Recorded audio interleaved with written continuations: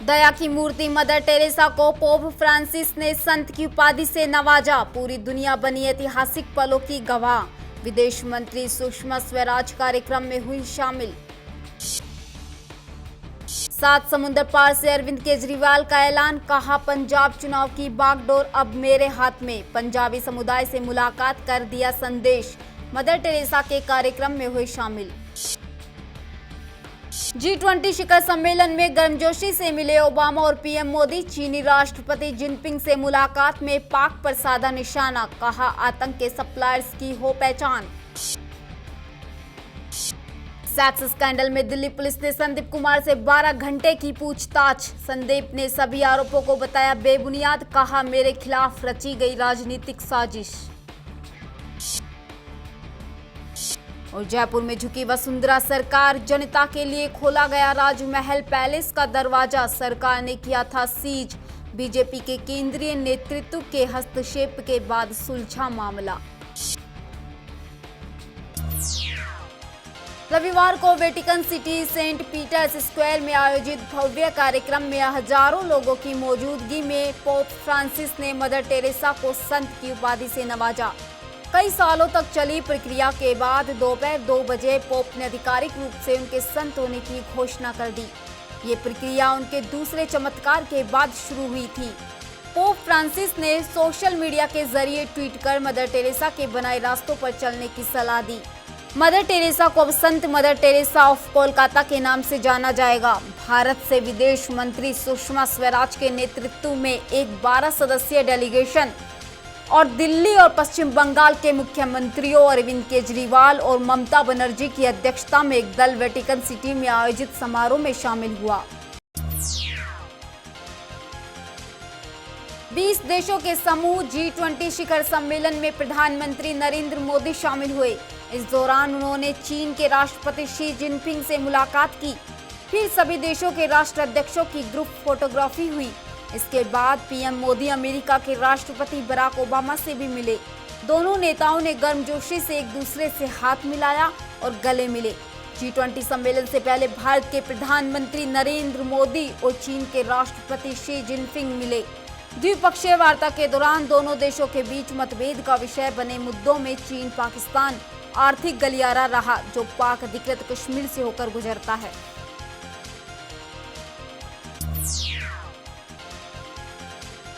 CD कांड के आरोपी दिल्ली के पूर्व मंत्री संदीप कुमार से दिल्ली पुलिस ने तकरीबन 12 घंटे तक पूछताछ की। पुलिस पूछताछ में संदीप कुमार ने अपने ऊपर लगे सभी आरोपों को बेबुनियाद बताया।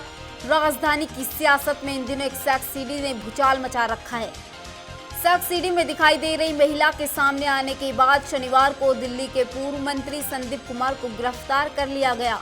पुलिस पूछताछ में संदीप कुमार ने कहा कि उन्होंने कोई अपराध नहीं किया है, उन्हें फंसाया जा रहा है। संदीप की माने तो उनकी छवि खराब करने के लिए राजनीतिक साजिश रची गई है। कथित वीडियो में दिख रहे शख्स वो नहीं है। आरोपी संदीप कुमार ने वीडियो की फोरेंसिक जांच की मांग की ताकि सच सभी के सामने आ सके।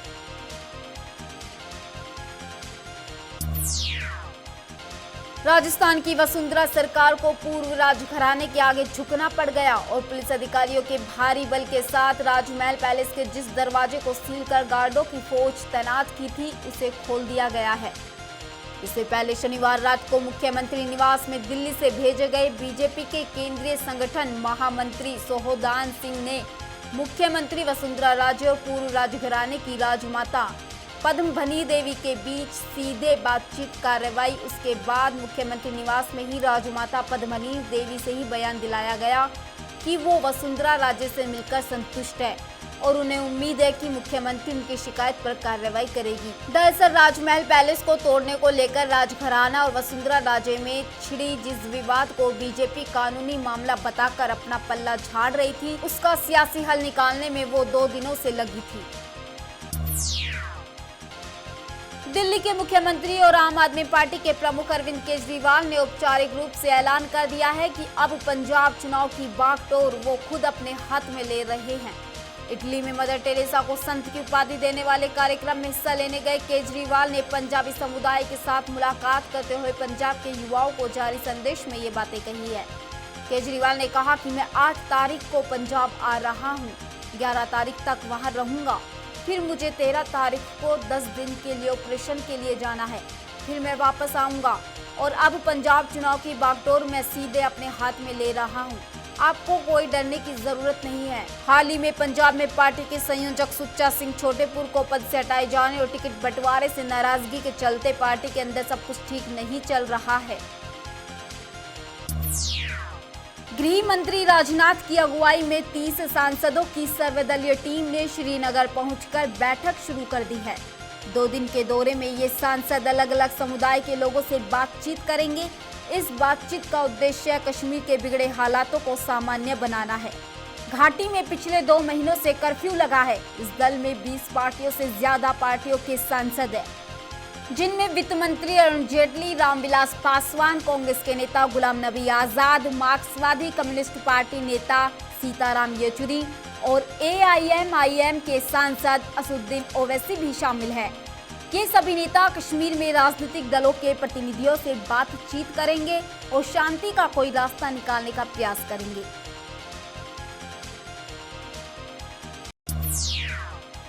हिजबुल कमांडर बुरहान वानी के मारे जाने के बाद घाटी में पैदा हुए हालात ठीक होने का नाम नहीं ले रहे हैं। 58वें दिन भी कश्मीर के कई हिस्सों में कर्फ्यू जारी है। हिंसा में मरने वालों की संख्या 73 तक पहुंच गई है। रविवार को शोपिया में प्रदर्शनकारियों ने मिनी सचिवालय में आग लगा दी। प्रदर्शनकारियों और सुरक्षा बलों के बीच झड़प जारी है। इस झड़प में करीब 20 लोग घायल हो गए हैं। इससे पहले शनिवार को अनंतनाग जिले के काजीगुंड के वेसु क्षेत्र में सुरक्षा बलों के साथ हुई झड़प में एक नागरिक की मौत हो गई। झड़प में करीब 200 प्रदर्शनकारी घायल हो गए। पिछले 58 दिनों से चल रही हिंसा के बीच करीब 10,000 लोग घायल हो चुके हैं।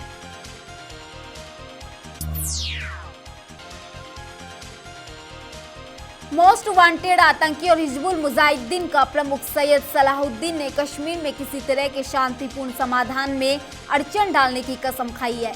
सलाहुद्दीन ने धमकी दी है कि वो घाटी को भारतीय सैनिकों की कब्रगाह बना देगा। उसने कहा कि वो कश्मीरियों को सुसाइड बोमर्स बनाएगा, जो घाटी को भारतीय फौजों का कब्रगाह बना देंगे।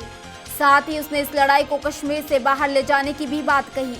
बातचीत को व्यर्थ बताते हुए सलाहुद्दीन ने कहा कि आतंकवाद के अलावा कश्मीर का कोई समाधान नहीं है। कश्मीरी नेतृत्व, लोगों और मुजाहिदीन को पता होना चाहिए कि वहां कोई औपचारिक शांतिपूर्ण रास्ता नहीं है। सलाहुद्दीन ने कहा कि हिजबुल कमांडर बुरहान वानी के मारे जाने के बाद कश्मीर में आंदोलन महत्वपूर्ण पड़ाव पर पहुंच चुका है। उसने कहा कि जब तक भारत कश्मीर को एक विवादित नहीं मानेगा तब तक बातचीत नहीं हो सकती। G20 सम्मेलन में हिस्सा लेने चीन के हांगझोंग पहुंचे पीएम मोदी ने चीन के राष्ट्रपति शी जिनपिंग से मुलाकात की। दोनों नेताओं के बीच द्विपक्षीय वार्ता भी हुई। 3 महीने के भीतर दोनों नेताओं की ये दूसरी मुलाकात है। इससे पहले जून में उन्होंने ताशकंद में शंघाई सहयोग संगठन की बैठक से इतर मुलाकात की थी। शनिवार को चीन पहुंचने के बाद विदेश मंत्रालय के प्रवक्ता विकास स्वरूप ने मोदी के आगमन के बारे में ट्वीट करते हुए कहा, हनोई में सुबह, हांगझोंग में रात। वियतनाम के 2 दिवसीय दौरे के बाद मोदी यहां पहुंचे हैं। दोनों देशों के बीच मतभेद का विषय बने मुद्दों में चीन पाकिस्तान आर्थिक गलियारा भी शामिल है, जो पाक अधिकृत कश्मीर से होकर गुजरता है। द्विपक्षीय वार्ता में पीएम मोदी ने किर्गिस्तान के बिश्केक में चीनी दूतावास में हुए विस्फोट की निंदा की।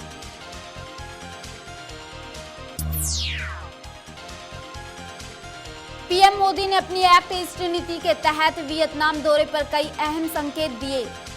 पीएम ने बौद्ध मठ पगोड़ा गए और वहां बौद्ध भिक्षुओं से मुलाकात की। पीएम ने कहा कि भारत और वियतनाम के संबंध 2000 साल प्राचीन है। पीएम मोदी ने कहा, कुछ लोग यहां युद्ध का उद्देश्य लेकर आए, हम बुद्ध के शांति के संदेश को लेकर आए, जो आज भी कायम है। उन्होंने कहा, जो युद्ध लेकर आए वो मिट गए, जो बुद्ध लेकर आए वो अमर हो गए। बुद्ध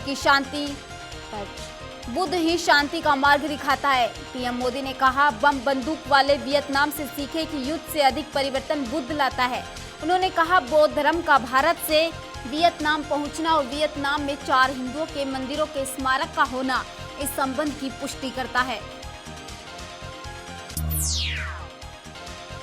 कश्मीर घाटी में प्रदर्शनकारियों पर अब पैलेट गन के बजाय मिर्ची पाउडर वाले पावा गोले का इस्तेमाल किया जाएगा।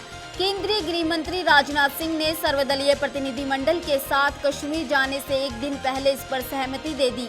आधिकारिक सूत्रों के अनुसार गृह मंत्री ने स्पष्ट किया कि प्रदर्शनकारियों पर काबू पाने के लिए पैलेट गन के बजाय अब नोनिवेमाइड यानी पैलागार्निक एसिड वेनाइल एमाइड का इस्तेमाल किया जाएगा। आपको बता दें कि आज तकरीबन 1000 गोले कश्मीर पहुंच जाएंगे। पिछले महीने 24 और 25 अगस्त को कश्मीर दौरे पर गृह मंत्री ने कहा था कि सुरक्षा बलों को पैलेट गन का विकल्प जल्द ही दिया जाएगा। महाराष्ट्र के सीएम देवेंद्र फडणवीस और अभिनेता अमिताभ बच्चन ने शनिवार को झाड़ू लगाई। स्वच्छ भारत अभियान के तहत मां क्लीनाथन का आयोजन किया गया था। अमिताभ इस अभियान के एम्बेसडर है। जेजे अस्पताल के बाहर कार्यकर्ताओं और छात्रों के साथ फडणवीस और बच्चन भी झाड़ू लेकर उतरे। सीएम ने कहा, 2 अक्टूबर तक महाराष्ट्र के 50 शहर स्वच्छ हो जाएंगे। अब राज्य में 7000 गांव खुले में शौच मुक्त है। वहीं अमिताभ बच्चन ने कहा, अगर आप किसी को गंदगी करते देखें तो जाकर उसे रोकें। उन्हें बताएं कि वे क्या गलत कर रहे हैं। अगर आप बार बार टोकेंगे तो लोग जरूर बदलेंगे। यूपी के रामपुर के स्वार में नगर विकास मंत्री मोहम्मद आजम खान ने एक जनसभा को संबोधित करते हुए बिना नाम लिए पीएम मोदी पर जमकर हमला बोला। उन्होंने देश के बादशाह को कमजोर और बुज़दिल करार देते हुए कहा कि देश के रखवालों के दुश्मन देश जहां सिर काट रहा हो, वहीं देश का बादशाह पाकिस्तान जाकर देश के दुश्मन की मां को कश्मीरी शॉल भेंट कर उसके पैर छू रहा है। अगर उन्हें बादशाह बना दिया जाए तो पाकिस्तान के कब्जे वाला कश्मीर भी हिंदुस्तान में होगा। इस दौरान उन्होंने कहा कि एक पूंजीपति ने देश के बादशाह को अपना एम्बेसडर बनाकर कारोबार की दुनिया में बेच दिया है। ये शर्म की बात है। गीतकार जावेद अख्तर ने 3 तलाक के मुद्दे पर मुस्लिम पर्सनल लॉ बोर्ड पर भड़ास निकाली है। जावेद अख्तर ने मुस्लिम पर्सनल लॉ बोर्ड को मुसलमानों का सबसे बड़ा दुश्मन बताया है। जावेद अख्तर ने ट्वीट कर कहा, मैं 3 तलाक को सही ठहराने पर मुस्लिम पर्सनल बोर्ड के कड़े शब्दों में निंदा करता हूँ। वे अपने ही समुदाय के सबसे बड़े दुश्मन हैं। गौरतलब है कि बोर्ड ने 3 तलाक को सही ठहराया है। बोर्ड ने सुप्रीम कोर्ट में हलफनामा दाखिल किया है। हलफनामे में बोर्ड ने कहा कि पर्सनल लॉ को सामाजिक सुधार के नाम पर दोबारा से नहीं लिखा जा सकता। तलाक की वैधता सुप्रीम कोर्ट तय नहीं कर सकता है। पाकिस्तान के पूर्व मंत्री रहमान मलिक ने भारत पर आरोप लगाते हुए कहा कि भारत ने अलगाववादी नेताओं की सहायता करके पाकिस्तान के बलूचिस्तान में पूर्वी पाकिस्तान जैसी स्थिति पैदा कर दी है। आसिफ अली जरदारी की सरकार में पाकिस्तान पीपुल्स पार्टी से मंत्री रहे रहमान मलिक ने भारत पर अलगाववादियों की मदद करने का आरोप लगाया है। रहमान मलिक ने कहा कि बलूचिस्तान में बंगाल विभाजन के समय हुई पूर्वी पाकिस्तान जैसी स्थिति बन रही है। इस स्थिति में पश्चिमी देशों का संरक्षण प्राप्त कर भारत अफगानिस्तान के साथ मिलकर मुक्त वाहिनी की भूमिका निभा रहा है। बांग्लादेश कट्टरपंथी जमात इस्लामी के मुख्य फाइनेंसर और मीडिया हस्ती मीर कासिम अली को फांसी दे दी गई है। कासिम को 1971 में हुए मुक्ति संग्राम के दौरान गलत भूमिका को फांसी की सजा सुनाई गई थी। कासिम को फांसी देने का अंतिम आदेश जेल अधिकारियों को सौंपा गया था। फांसी से जेल अधिकारियों ने कासिम अली मीर के परिवार को अंतिम बार मिलने के लिए बुलाया था। सभी प्रक्रिया पूरी करने के बाद ढाका के बाहरी इलाके में मौजूद कासिमपुर केंद्रीय कारागार में कड़ी सुरक्षा के बीच कासिम को फांसी के फंदे से लटका दिया गया।